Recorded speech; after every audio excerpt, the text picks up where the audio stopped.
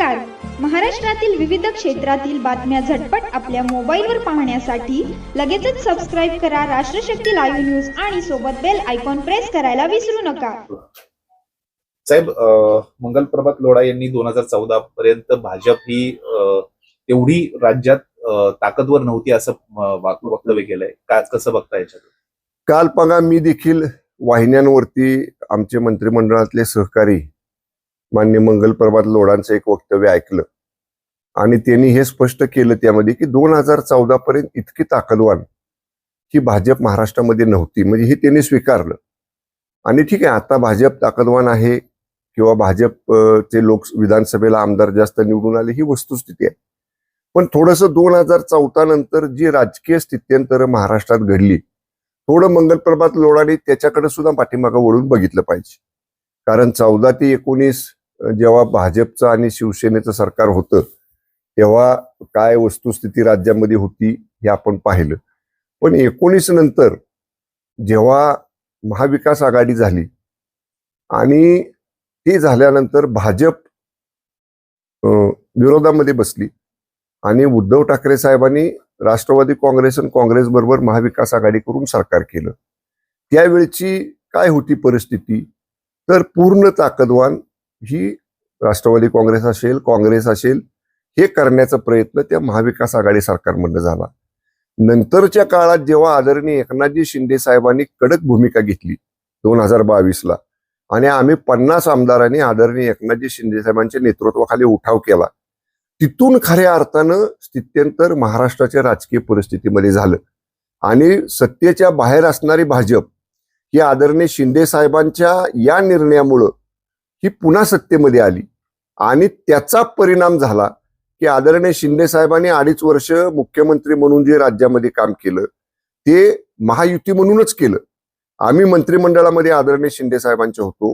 कोणताही निर्णय आदरणीय एकनाथजी शिंदे साहेब हे तत्कालीन उपमुख्यमंत्री माननीय देवेंद्रजी फडणवीस साहेबांना विचारल्याशिवाय, संमती घेत, चर्चा केल्याशिवाय एकमेकांचा विचारविनिमय करूनच घेत होते. आणि महायुती भक्कम करायचं काम आदरणीय एकनाथजी शिंदे साहेबांनी केलं. आणि आपण बघितलं असेल की शिंदे साहेबांची गती, शिंदे साहेबांची वेगवान कामाची पद्धत, जागेवर निर्णय घ्यायची क्षमता, त्यामुळं महायुतीला जे प्रचंड यश 2024ला मिळालं त्याचं विधानसभेला, त्याचं ते कारण आहे. बरं, आपण जर म्हणाल तर 2024च्या लोकसभेला देखील फॉल्स नरेटिव्ह जो सेट केला गेला महाविकास आघाडीकडनं त्याचा काही प्रमाणात त्याला फायदा झाला. पण लोकसभेच्या निवडणुकीनंतर विधानसभेच्या मतदानापर्यंत आदरणीय शिंदे साहेबांनी एवढं झुकून देऊन काम केलं की आपण बघितलं असेल, आम्ही 80 जागा विधानसभेच्या लढलो आणि त्यातल्या 61 जागा जिंकून आल्या.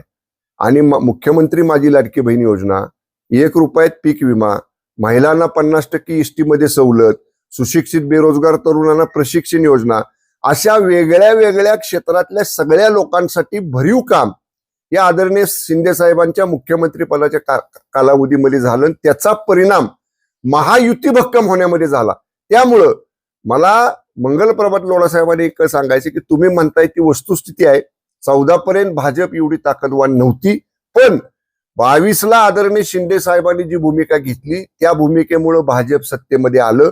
भाजपला सत्तेमध्ये चांगला वाटा मिळाला आणि शिवसेना आणि भाजप ही पूर्वीची असणारी युती आदरणीय शिंदे साहेबांनी परत भक्कम केली, परत पुनर्जीवित केली आणि एवढ्या मोठ्या प्रमाणात महायुतीला यश मिळायला आणि भाजप ताकदवान व्हायला निश्चितपणे कुठं ना कुठंतरी 2022ला आदरणीय शिंदे साहेबांची उठावाची भूमिका आणि त्यामुळं पुनर्जीवित झालेली भाजप शिवसेनेची होती, त्यामुळं शिवसेना भाजप सत्तेमध्ये आली.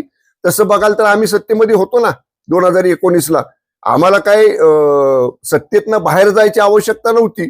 बरं, पुढं काय होणार आहे, बहुमत होणार आहे का नाही, आमदारकी टिकणार आहे का नाही, हे असलं काय आम्ही विचार केला नाही. आम्ही शिवसेना भाजपची युती भक्कम करायची म्हणून आम्ही सत्तेतनं बाहेर पडलो. त्यामुळे याही गोष्टीचा मंगल प्रभात लोढांनी निश्चितपणे या पार्श्वभूमीवर गांभीर्याने विचार केला पाहिजे.